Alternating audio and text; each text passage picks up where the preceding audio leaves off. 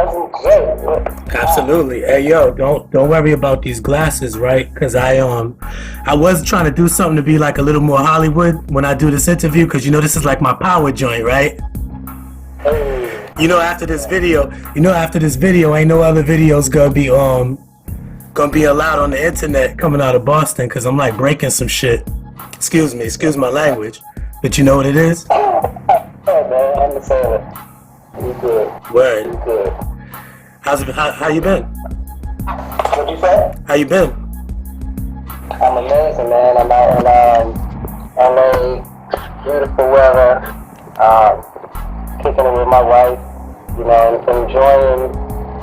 enjoying life, been working on building out some of my businesses, been taking this time to expand a few of the businesses that I have going right now. Other than that, What do you I like it, but we are taking advantage of it. So. Right. So I remember you had the I know you you and your wife got the cupcake joint, right? We used to have it. Yeah, we don't have that anymore. Yep. Cause you was in the mall. How did that go though? Cause I remember you started off in the kiosk, right? Yeah, I mean, it was cool. We started that. We started that probably back in like 2014, I believe. And it was just kind of an idea. Like I'm an entrepreneur by heart, so I've been hustling my entire life and trying to figure my way out to own myself. It's funny, as you were texting me, I was putting up this quote. I used to, I won't say the person's name, but I had a music mentor back in the early 2000s, and I remember having this conversation with him where he told me that I should be happy with making $30,000 a year as a music producer, and what he was trying to do is basically marginalize me so that I would be good with him paying me little to nothing while he reaped the benefits of the success of myself and my other production partner at the time. And I remember saying to him, I'd rather be broke, poor, living on the street on my own terms than rich with somebody that wants to marginalize me like that. So that kind of spirit for me has like driven me. That kind of spirit has been in me since I was a child. And so that kind of plays into who I am today, kind of just owning myself. And so when my wife, who is an attorney, was working in Atlanta, I kind of pushed her into like, hey man, you need to think outside the box, think outside of being an attorney, think of like, what do you love, what do you want to do? And so she did what she did, and she came back with the ideas of like selling cupcakes and shoes, and that's how the company Cupcakes Stiletto happened. Oh, that's what it is? It's cupcakes and shoes. Cupcakes and shoes. Yeah, because at the mall, we would sell our cupcakes. Online, we were selling our shoes. That's hard. So I knew it had to be some type of niche thing. I knew it was more than just cupcakes. I just didn't know exactly what it was. Right. And from that idea that spawned into 2013, Iyla came out of that. Iyla ended up working at our store, and then the rest is history now. Who did? Who are you talking about? Iyla, my artist. Oh, Iyla. You know what? That's what I was going to tell you about, right? Because I've been watching you for a while. You're my cousin, so I want to make sure you're winning, you know what I'm saying? And I like the support, right? So when I see you making moves, I always just jot it down in my head like, I see my G's moving around. And then I saw you with this girl. I saw you with her like a couple of years ago, right? And because I know you and I know like how meticulous you are when it comes to like production and all that stuff. As soon as I seen her, I was like, oh boy. I was like, I already know where this is going. I already know what he's doing. You know what I'm saying? And I never heard her name because I always seen it written Iyla. But like I listened to the song, I watched the stuff, I watched the videos, but no one ever called her out loud. So I didn't know how to say it. Oh, okay, yeah. So she got the joint out with Method Man right now. Cash Rules, yeah. What's it called again? Cash Rules, yeah. Yeah. You produced that, right?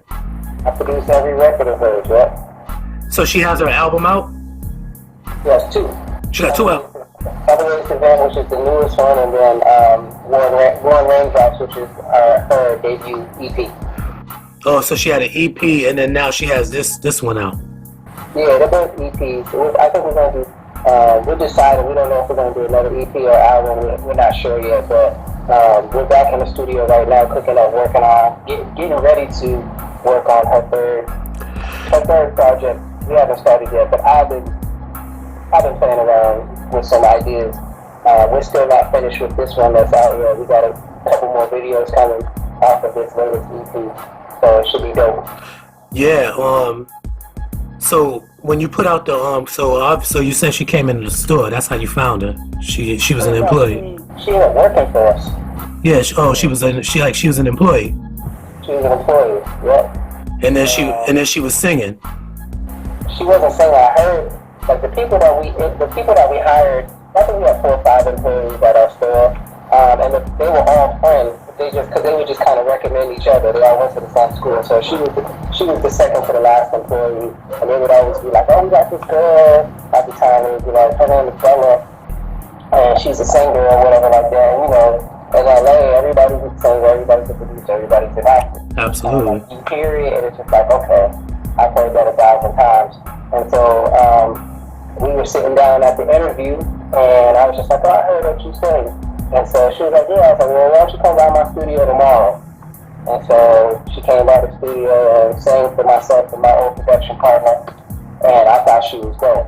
And so that's kind of, we just started working from that moment. From what I see from her, when I watched your I don't know what it was, but it was like kind of like a build up to probably her album coming out or the video or whatever, but it was like some candid with y'all in the studio or whatever.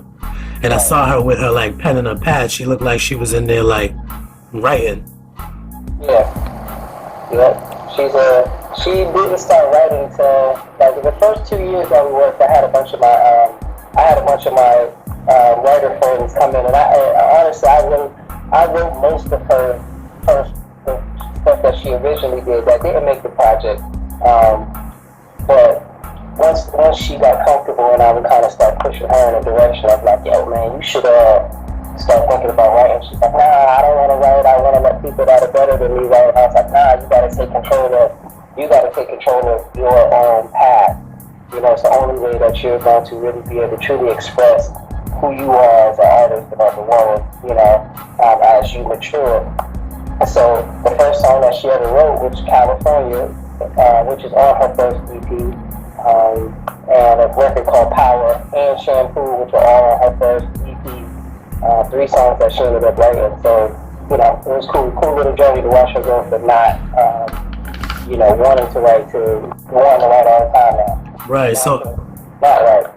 Yeah. So I see you doubling back. You doubling up. You coming back with another EP. So what was the response from the first one? Must have been straight enough.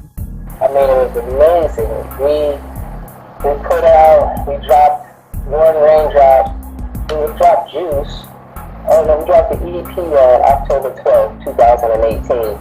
And maybe 3 or 4 months later, her record Juice went viral on Twitter. And then we literally had every single record label in the world hitting us up, wanting to do deals with us. It was like one of the most surreal things that I've ever experienced, of having just like everybody, and I mean, you name them, they were hitting us up. Yo, you knew what you had though. You knew what you had though. Because I was at home laughing when I seen it. I was like, when I seen her, and I seen like how pale her skin was, and how red her hair was. And I was like, yo, if she come out with with any type of heat, that's like, you know what I mean? She got the look. She got the whole look to pull it off. And then when I seen that video, I was like, yo, that was tight. And you got I was thinking 2 things. I was like, yo, and you got Method Man, which is someone you never worked with before, right? Never worked with him. Just grew up listening to his music, but I was kind of right. So I was thinking, because I know you, you know what I'm saying? And I was like, yo, from what I know of you, you know what I'm saying? I remember like you play basketball, you know what I'm saying? Which is like, you took the Boston route, like you was a basketball kid, and then the next time I see you, you doing music. You know what I'm saying? So that like your dream, I know you had a couple of different dreams. You had a couple of different dreams. You know what I'm saying? Because I'm sure you had a basketball dream. Yeah, I mean, for the most part, I think that it don't matter where you grew up in the suburbs or wherever. I think I went to school in the suburbs, and every kid had the basketball team. Everybody has that kid. That's kind of, But the for the most part, kids, you wanna be like your favorite basketball player, right, football but player growing up. right, but then on top of it, you got like four or five brothers. You got four brothers, That's the skills. and they all play ball too. Yeah, most of them. Right. Well, most of them. Right. The other two. But I remember when I remember your little brother was in school going ham. Y'all was together, right? Wasn't y'all playing together? We went to high school together, yeah. What high school? Wayland. In Wayland. That's right. Y'all was Mecco kids. Yeah. That's what's up. Yeah. So I'm just trying to you know what I mean? Just put some energy back out here. You know what I'm saying? Like give back to some people, man, to let people know that like I said, like dreams come true and shit, you know what I mean? But the thing is, like, this wasn't even that, like, say, like, working with Method Man, like you said, we grew up on Method Man. Like, that's Method Man from the Wu-Tang Clan, like, on some, you know what it is if you like music, like, and then you're a person who has an ear for music right now, so you know how sharp Method Man still is. Of course, it's dope. So imagine, did you ever think you was gonna do a song with somebody from the Wu-Tang Clan? Never thought about it in a million years. But here you are, a kid from Mattapan, right? Where you from, Mattapan? Mattapan, yeah. Sick. Never thought about it. But it's, that's dope. That's one of my, it's one of my, doing music is one of my dreams, right? It's one of them, but it's not my biggest dream. My ultimate goal in life is to be the best father I can be. I don't have any kids yet, but that is the number one goal. My second goal under that is to find a way for myself to build myself up so that I can really go back into our community, black community, and really be a leader in technology, science, knowledge, education, really healthcare, going and try my best to go into all these different sectors. I don't know how it's going to play out, but really be a leader in the healing process of our community. And that to me is my ultimate dream. Me doing music or becoming a basketball player, the entertainment section, those are stepping stones to a bigger goal of mine, is just basically giving myself a platform so that I own myself, and then I'm able to then go back in and help where I can help.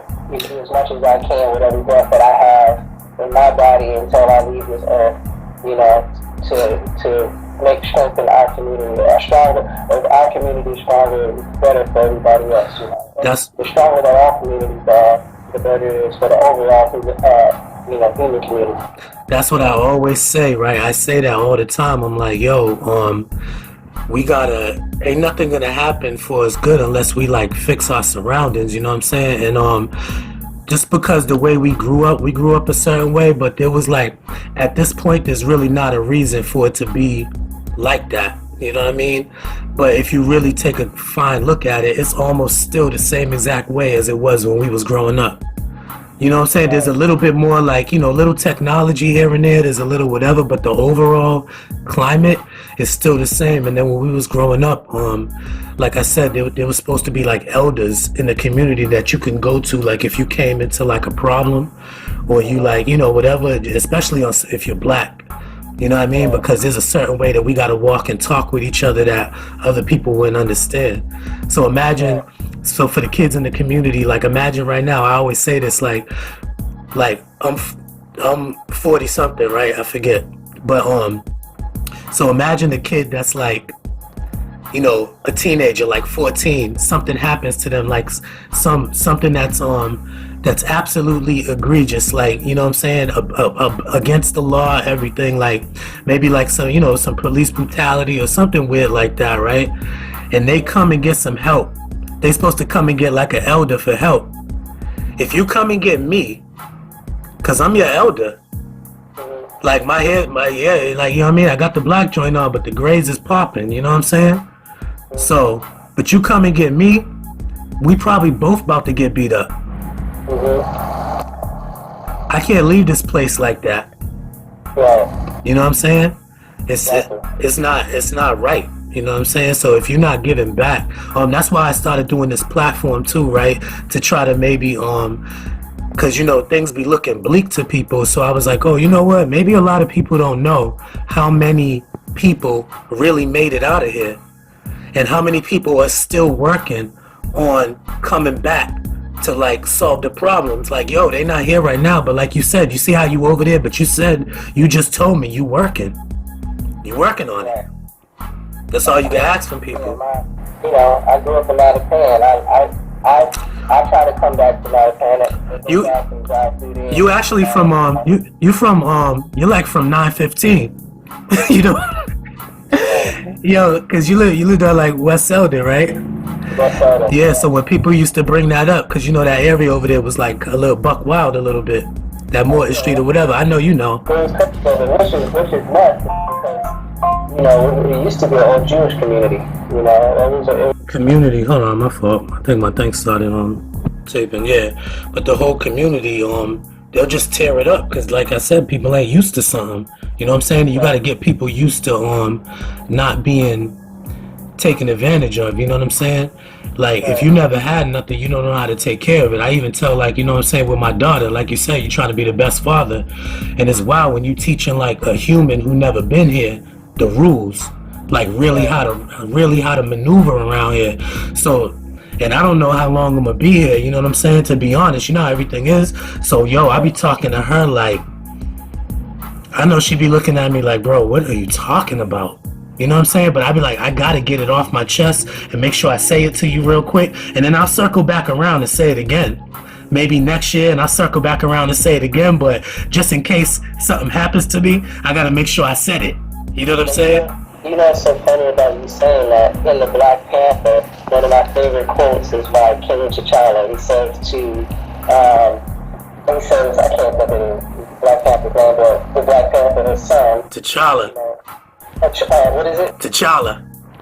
What's his father's name? Oh, I forget. Now you try to go too deep. Okay, but his father had died, right? Right. So he's in the spirit world at the time, and he goes to his father, talking to his father, and says, "Why did you leave me? Why did you leave me? Why did you leave me?" And his father said to him, he says, "I never left you," and he says, "I didn't leave you." He says, and he says, he's talking about like him being the king or whatever. Right. He's like, he says, a father that doesn't prepare his children for his death, a man that doesn't prepare his children for his death has failed as a father. Absolutely. Like right. He hit him with that. Like, dude, you're doubting me? Like, you doubting yourself, you doubting me. Like, bro, I set you up. You're good.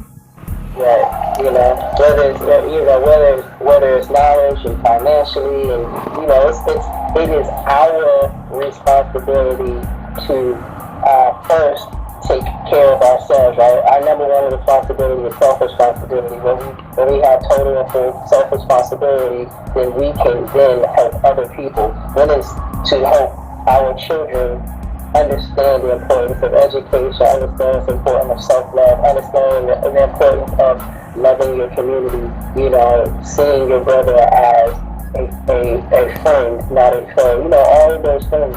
Like that is our job as a community, and you know, going through the world, going through our days, understanding that nobody owes you shit. Absolutely, like nobody. Government don't owe you anything, and the white man don't owe you anything. Your phone next to you that is paying, and this guy doing nobody. You know, I see people on Twitter or Instagram, and like you know, they're looking at Diddy and Diddy got all this money, and then they're like, but Diddy, how come you ain't giving to us and doing this? And it's like, yo, that Diddy, in a way, yes, but it's really not his responsibility. It's your responsibility to take care of you. You know what I'm saying? Absolutely. Absolutely. As a man, you know what I'm saying? As a man, you gotta like do what you gotta do. You know what I'm saying? Yes, you own you. Nobody owes you a thing. But on the flip side of that, it is our responsibility to take care of our community at the same time. And that's the difference between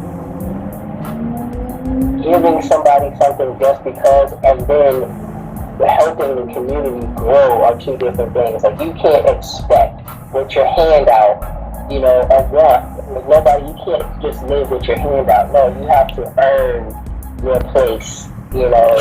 And I think some people don't notice when they're being like taken care of. You know what I'm saying? Like somebody might be taking care of you in the way that you're not asking for, but it's something that you need. You know what I'm saying? You got to take whatever you're getting and use that and then move on. You know what I'm saying? People be like, you know, like, oh, so-and-so ain't doing nothing for me. And then you look at the track record and you be like, okay, wait a minute. This same person done like did this for you, did that for you, did this for you, did that for you. But now they didn't do one thing for you and now nobody's taking care of you. That's that wild mentality. Right. My saying is kind of like, I'll give the shirt off my back to anybody, only if that person has done everything they can to better themselves. I'm not gonna help somebody that has the ability to help themselves and just chooses not to. Right. Never in life am I gonna give you something that I worked the best of my ass for, and you're being lazy, not making the right decisions, and then expect me to give to you. Right. Not, you know. How did you first start the production thing? Because now you all the way in Hollywood. Oh man, I'm 40 years old now. I've been doing music since I was 19, 20, around 20, 21 years old, somewhere around there. I'm in college. It happened on accident, actually. Like I was at University of Hartford in Connecticut. Yep, I remember that. Yep, and you was playing ball too, right? And I remember there was like a little crisis because they was like, yo, he stopped playing ball and came home with a keyboard. Well, because I was honest with myself, man. I'm a realist. I was like, hey, I know at this point that I'm not good enough to go to the NBA, so I made a business decision. I didn't know music, but when I started, it was kind of like, oh, I got that same kind of high when you're on the court in the competition. Right. It was horrible as a producer. I actually didn't even start off as a producer. I started off singing, trying to be an artist. Right. Right. But that's the thing, y'all all could do that. That's another funny thing about y'all. Like y'all, your family to me, y'all, you know what I'm saying? Y'all like a kind of like a hood version of like the Jacksons, like, you know what I'm saying? But like it's a lot going on with the dynamics of y'all. You know what I'm saying? That's why I know all of that stuff pushes you in a certain direction. Because one thing I know is your brothers are like thorough. You know what I'm saying? Your father, first of all, your mother. My mother's a beast. Yeah, your mother is like, she's one of my I look to your. I'm a gnat on my mom's shoulder. Like I can never live up to her and my father. I still look to your mom's like your mom's motto. Like she has like some type of she don't say nothing, right? But she has a way about her, right? That like she's real with it. Like also like that's who you want. That's who you want in your corner. Right. Somebody moving like that. Like if you say you about to do something, Bob Dukes is suiting up. Right. Like both of my parents have always been there, been in my lives, been great support team, friends, they were parents when they needed to be, and they were friends when they needed to be. And it's still that way now, even at 40 years old. So it's amazing having that kind of growing up with that kind of love, from both of them. So yeah, I could never be anything like my parents. As great as I try to be, they just so far beyond Yeah, no, You big know, big footsteps, man. You got a cool. Yeah, your pops is super cool. You know what I'm saying? the And effect on the world and the community that they're in is it reaches over the across the seas, man, and it's like the lives that they've touched is right, unbelievable. right. He's still preaching. They're Is preaching, he? man. Because they was at a church. I remember they was out in Brockton for a while before they Yeah, they're alive with us right now. Like they retired and they still, they haven't been going to church for the COVID thing, but they still do their little service online and stuff like that. Yep. So when you was doing the music, you said you started out you wasn't good, and then what happened? Because I'm sort of trying to like figure out how I'm gonna move. So I'm trying to follow what you did. Man, You wasn't that good. You sound like me right now. Because I do the same thing. I be producing. I'm alright. well, I mean, You got nice. get asked this question a lot. And the thing about being a producer or artist or anything in entertainment is that we're all different, right? And so we all have different capabilities. And so one way of approaching being creative and becoming great at it is different for everybody. So for example, I'm not a musician. I don't play anything, but I've learned to develop an ear for music, right? And through trial and error, what works, what doesn't work, what do I love Mm-hmm. versus what I don't like, and then how do I take what I love, make that relevant, forward thinking in today's market, right? So that's kind of the space that every artist or producer needs to live in. What do I love? Who am I? How do I fit in the music industry? And how do I take my talents that I was gifted with, work at those so that they can be relevant for the music industry today? And that just comes to a lot of trial and error, working hard, and then being honest with yourself about whether you are good or not, right? Word. Your ear, you have to know if you suck or if you're good. Right. Nobody can tell you that. That's a journey that you have to go on your own. So I would say to you, just be honest. Just be honest with yourself about where you are, where you want to go, and how good you really think you are, your expectations versus your reality. All right. So Think you are versus where you are actually at. all right. So that means at some point you started getting nice. At some point I did. How do you know? How'd you know? How did you know? I lived in the same mind state all the time because the music industry is always changing. Right. So you always have to take that same approach every time you're making a new record. You want to know what's hot, you want to know where the music industry is at, but you don't want to follow the music industry. You just want to keep pieces of today and put yourself into what that sounds like. So you're always fresh, you're always new. So it's like science mixed with creativity. Right. You know what I'm saying? Absolutely. That's how I approach. Every record.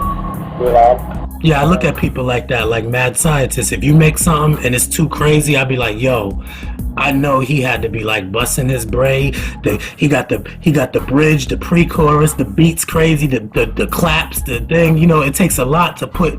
You put whatever in a soup to try to get something out of it. But really, when you break a song down, the song is really simple. Like the core of every record should be very, very, very simple. Like take the Juice record I did, first record I did with Iyla. The song, there's a synth sound, there's drum sound, and there's 808s. 8 drums, so we do a hi-hat, snare, kick. Yep. Right, and we say that's one because that's the percussion. Right. Then we have the 808s. Yep. Right, that's our bass line. Yep. And then we have the vocal synth. So there's really 3 sounds that drive the whole record. But when you add the song in and you add all the complexities of like the backgrounds, the way that the song is riding on top of the record, it sounds way more complex than it really is. I know. Very simple record, so you gotta find a way to be simplistically complex. And you know, Also very easy to and digestible, but still giving something. Like at the end of the record where I do the string section, you know, and I typically at the end of my records would find a way to put in like a classical piece or like, string. I know. I noticed that about you. Yep. you know what I'm saying? Yep. Because I'm a music guy. Yep. And so I find my ways to give people a little bit of art. Like I'm gonna dash this little art to you. Right. You know, and that's kind of my signature thing that I like to do. But yeah, just learning to be simple, but still have a high standard for the quality of the record. You know, and so that right there is hard to do. Right. So so then at some point you let somebody hear something and they liked it. Eventually, I got turned down a lot. I've had a lot. I've had way more no's in my life than I had. This the part we need to hear. All them damn no's. There's 1,000 no's to my one yes. I mean, and really, this yes for me, this one, that was my yes. I decided to stop getting approval of other people and decided to say to myself, oh no, this is what I want to do. This is gonna be hot. And I and I own ourselves. We're not signed to a label. Oh, what? We're a partnership.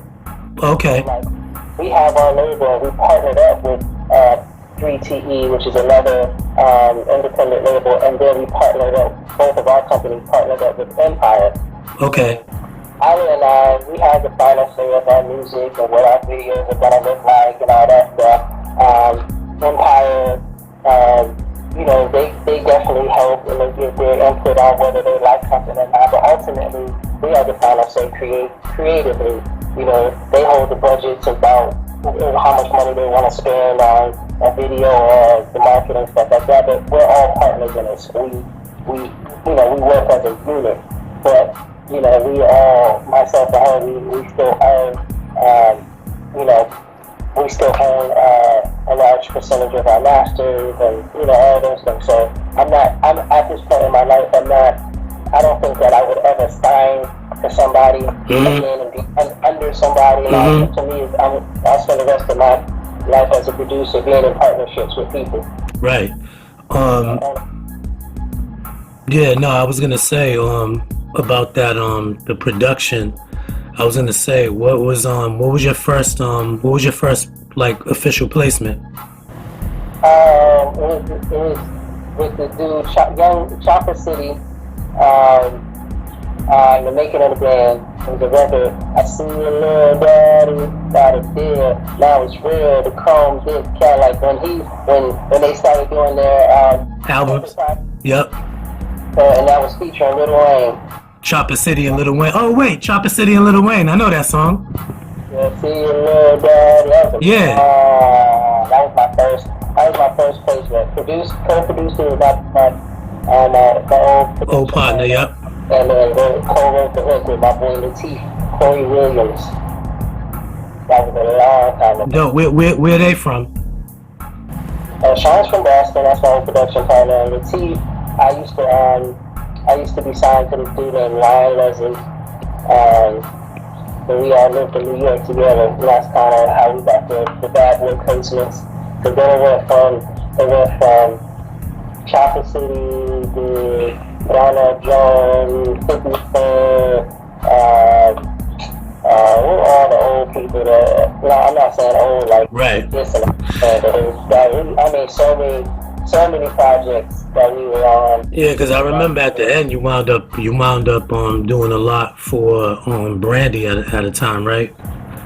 Brandy and Ray J. Yeah, we did a bunch of stuff, man. And then you went to Keke Palmer, right? Keke Palmer, Jason Derulo, yeah. What's his name? I can't even think of his name. The biggest damn artist in the world right now. I can't even think of his name. Who? A lot of people. Okay. It's been cool. Alright. So yeah, Ryan Leslie, you came, I remember, yeah, you was working with Ryan Leslie. Mm-hmm. So it's fair to say at this point, since you brought it up, it's okay for me to say Ryan Leslie was the one that tried to play you out your money in the beginning, right? I plead the fifth. I don't like to put people on over there. Nah, I'm just messing with you, man. Nah, I plead the fifth on that stuff. word. Now you put me on I learned a lot. I learned a lot from that. from Ryan. Nah, he's a beast. I know he's a beast. Just to even be around him, I'm gonna be honest. No matter what you feel, I guarantee you being around him and going through whatever, that's what got you in this place right now. Like going through. Ryan he's an interesting character. He's a super smart guy. When's the last time you spoke to him since y'all had that conversation when you told him to chill out? I spoke to him when I moved back to LA. That's to say that he didn't want to speak to me. So, Get out of here. Y'all still got smoke? Duh, how you and Ryan Leslie still got smoke after all this time, man? Don't he got like his own island somewhere? He got like an island somewhere. I try to be cordial and didn't turn out to do it, you know. Duh, he got like a whole castle somewhere. Like I thought he was like doing like, you know what I mean? He got some type of like pyramid scheme going on. No, I'm just messing with you, man. I don't know what he's doing, you know, but You know. nothing but the best.